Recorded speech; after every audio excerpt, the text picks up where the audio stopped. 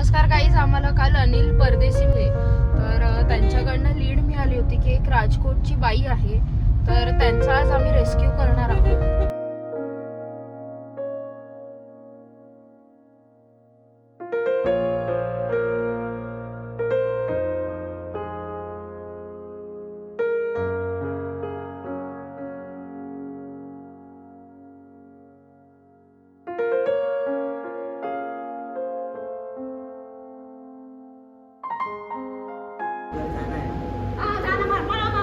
दादी आपको भेजेंगे सर गाँव का नाम बताओ. आपको घर पहुंचाने के लिए हम आए हैं. राजकोट में कौन रहता है आपका? कौन है राजकोट में? घर है. कहाँ पे है? राजकोट में कहाँ है? राजकोट में कहाँ है आपका घर? कहाँ है?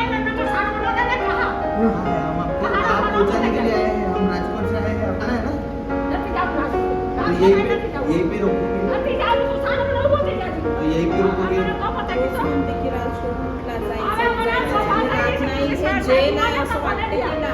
गावाकडले लोक आसपास परिसर हो, पण ते कोऑपरेटही करत नाहीये ना. सांगा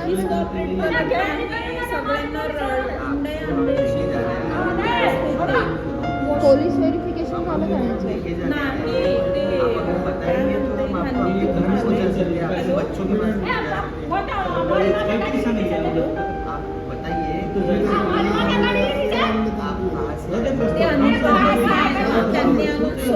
कुठे सापडले त्यांना?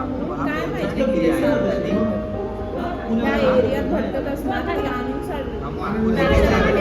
उद्या रात्री आम्ही म्हणजे उद्या सकाळी घरी जाणार. तुम्ही आत्ताच व्हिडिओमध्ये बघितलं त्याप्रमाणे जेव्हा आम्ही त्यांच्याशी बोलायचा प्रयत्न केला, आम्ही जेव्हा कॅमेरा ऑन केला तर तेव्हा त्या खूप चिडचिड करत होत्या. त्या अजिबात आम्हाला कोऑपरेट करत नव्हत्या. तिने आम्हाला इन्फॉर्मेशन आली आहे की गेले 6 महिने ते अशा बेघर होत्या. त्यांचा काहीच आतापता कोणाला कळत नव्हता, कारण की त्या कोऑपरेट करत नव्हत्या. त्या कोणी त्यांच्याशी बोलायला गेलं की त्यांना इतकं मारायला धावायच्या, नाही तर चिडचिड करायच्या.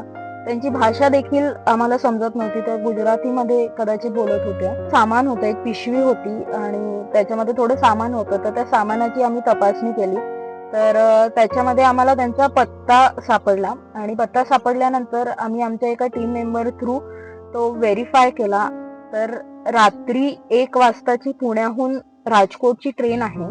त्या ट्रेनमध्ये आम्ही त्यांना बसवून देणार आहोत. टीम मेंबर राजकोटला आहे, तर त्या आजींना त्यांच्या घरापर्यंत सुखरूप पोहोचवण्याची सोय ही झालेली आहे.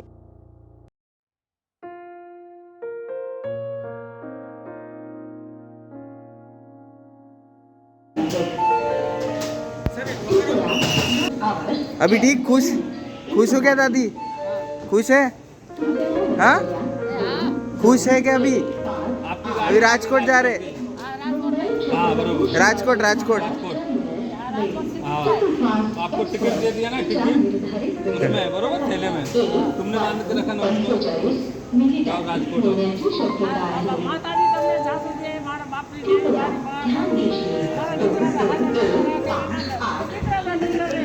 चलो आराम से जाओ.